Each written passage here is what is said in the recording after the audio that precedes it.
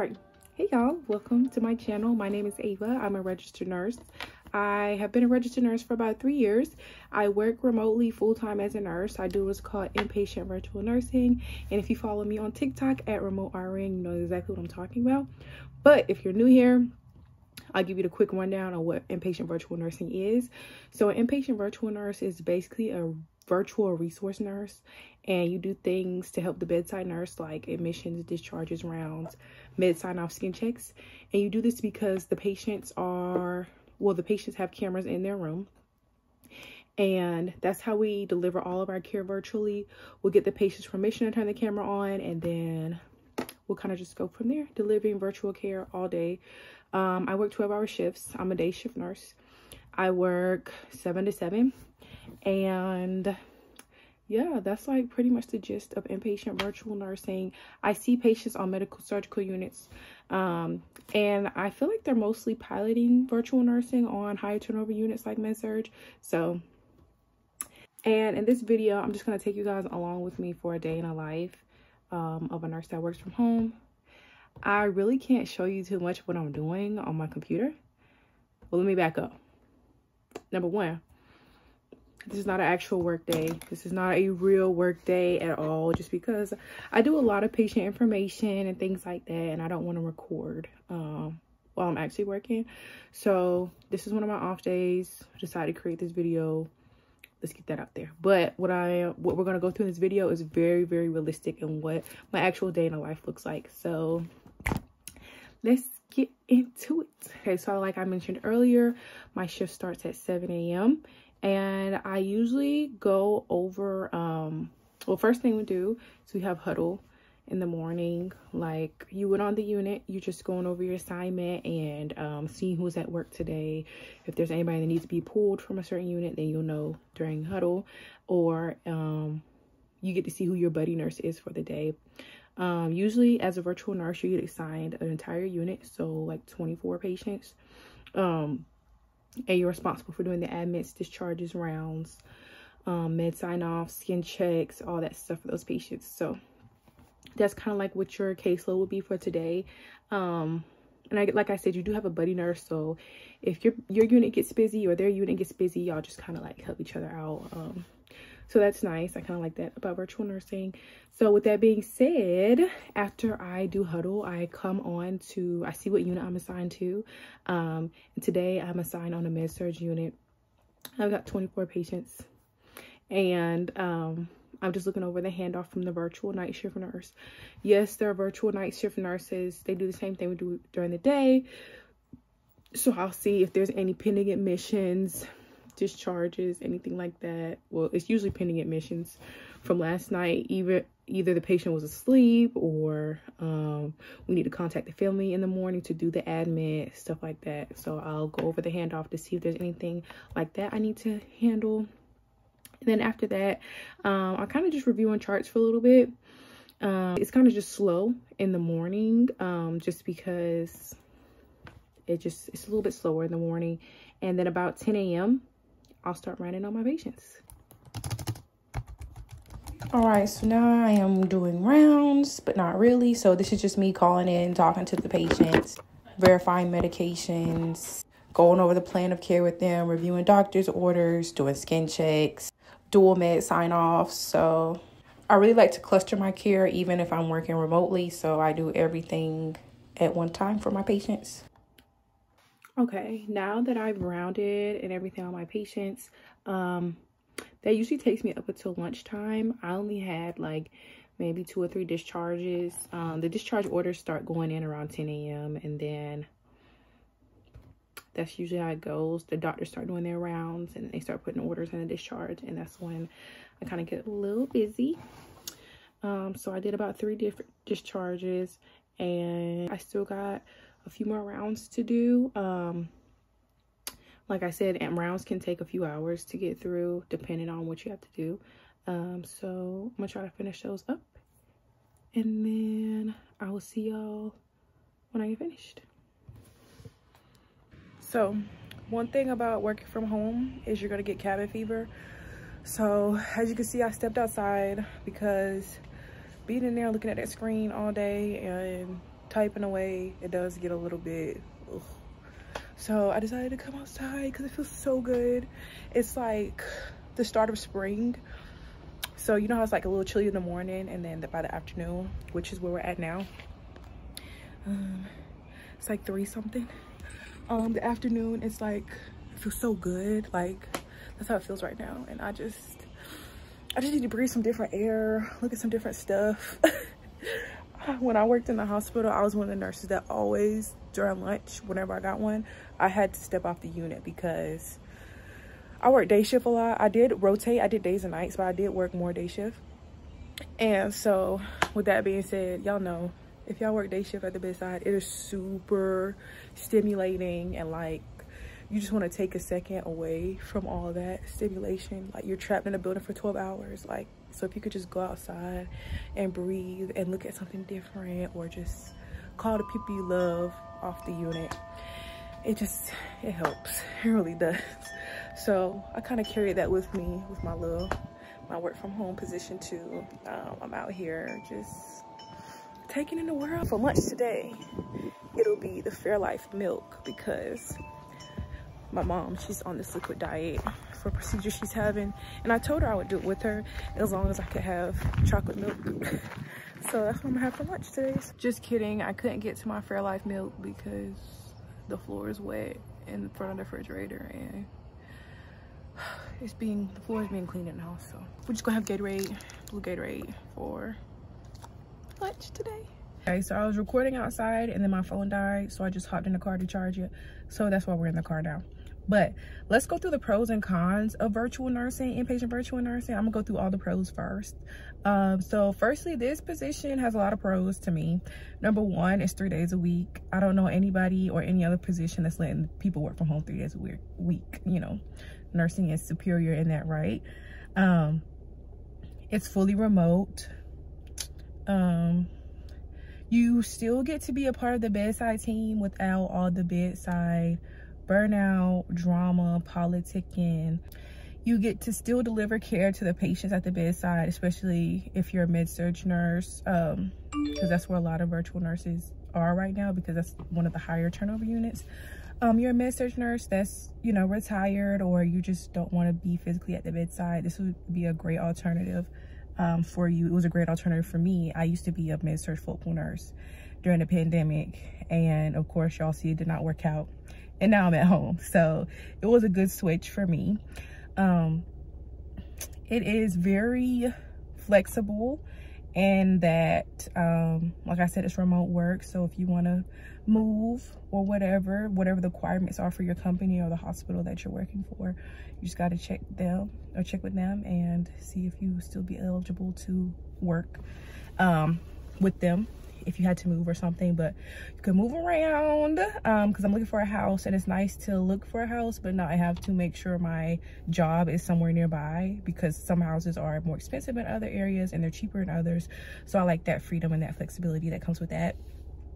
And then the last pro is that the pay, well, I guess the pay for me is a pro and a con. It's very similar to bedside nursing. I'm in the South. I make $32 an hour working remotely as a nurse right now, and I was making like $35 at the bedside, but I was only making $35 because I was a float pool nurse, and the float pool nurses got $3 more than everybody else. But if I was just working on the unit, if I had a home unit, I'll be making $31 right now. Like, that's a fact. So it's very similar. I'm not mad at it. And I would say that are all my pros. I really enjoy it. So let's get into some of the cons that come with virtual nursing. So I guess one of the main cons about inpatient virtual nursing, like when you're trying to roll it out onto a unit, sometimes it's not received well, you know, by the nurses that you're rolling it out to, and there's some pushback, and you know, they're not very welcoming of the service and like what you're there to do. So sometimes they'll just ignore you the whole shift, or report you about every little thing, if it's not like, you know, your documentation. They'll just ruffle through your documentation and try to report you on every little, like, just really nitpicking. But but that's when we first roll out usually. But after a few months, it stops. Like once they see how much time is saved on the admission, how much time is saved on the discharge, how much time is saved rounding, then they're like, okay, we need to start using the virtual nurses if we want to go home by 7:15, 7:30 at the latest. That's just one of the big ones. It's not like that all the time, but usually on the initial rollout,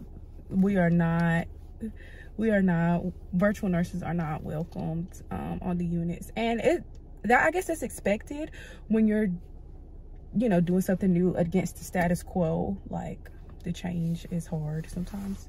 Other cons, I ain't mad at it. You know, the pay, the pay's okay. It could be a little bit better, but I feel like that's for everything. And those are my pros and cons. I don't know if any other virtual nurses are watching this, but if y'all have some pros and cons, leave them in the comment section and let me know what y'all think. But overall, I really like virtual nursing. While the purpose of it is to not replace the bedside nurse, but to like offset that documentation burden quite a bit, and you know, interact with the patients, give patient education, things like that.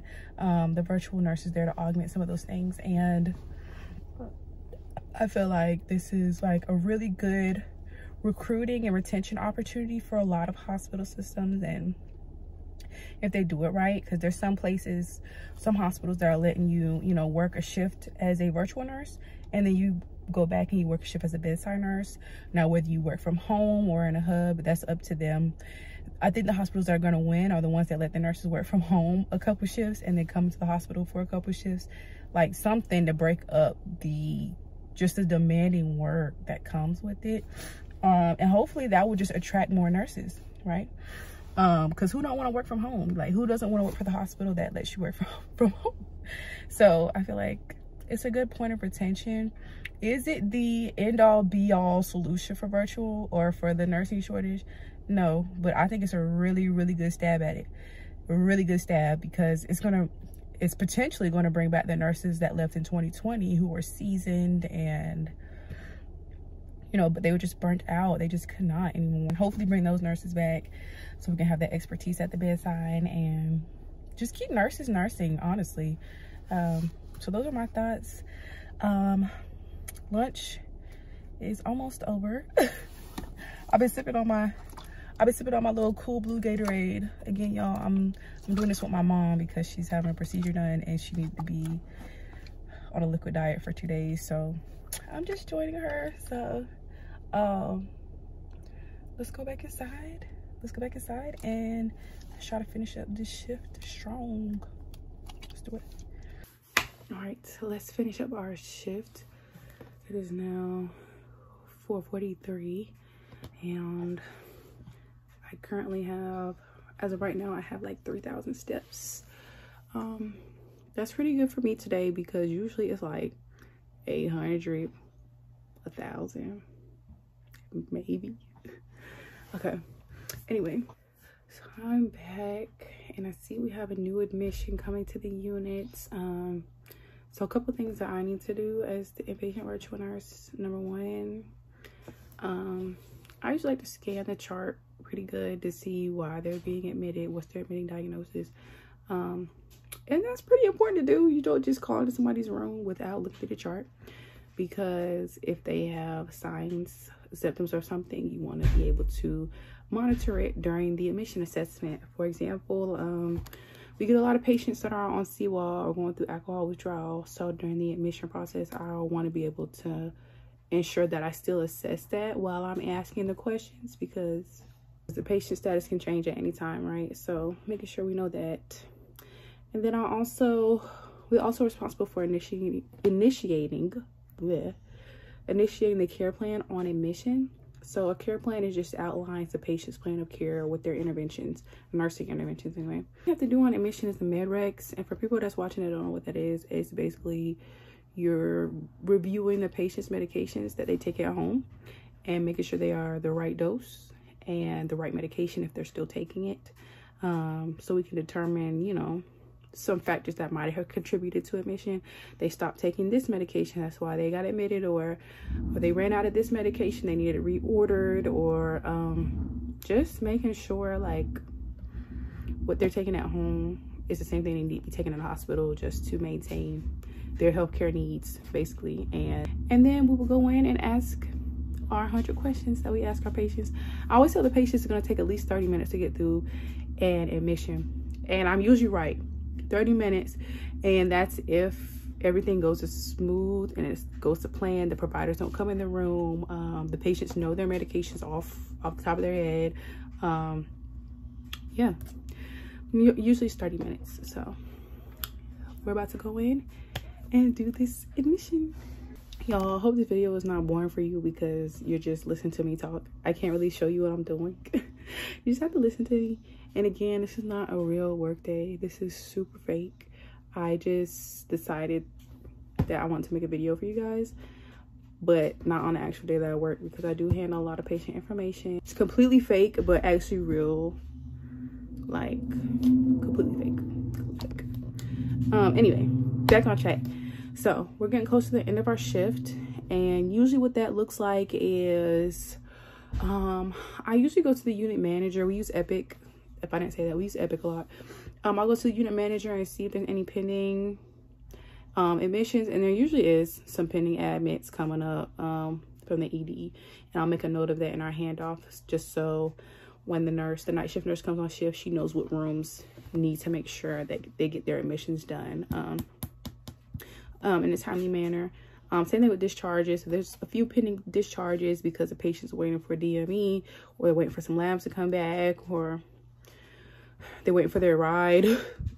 I don't know. If there isn't any pending discharge like that, I'll also put that in the note.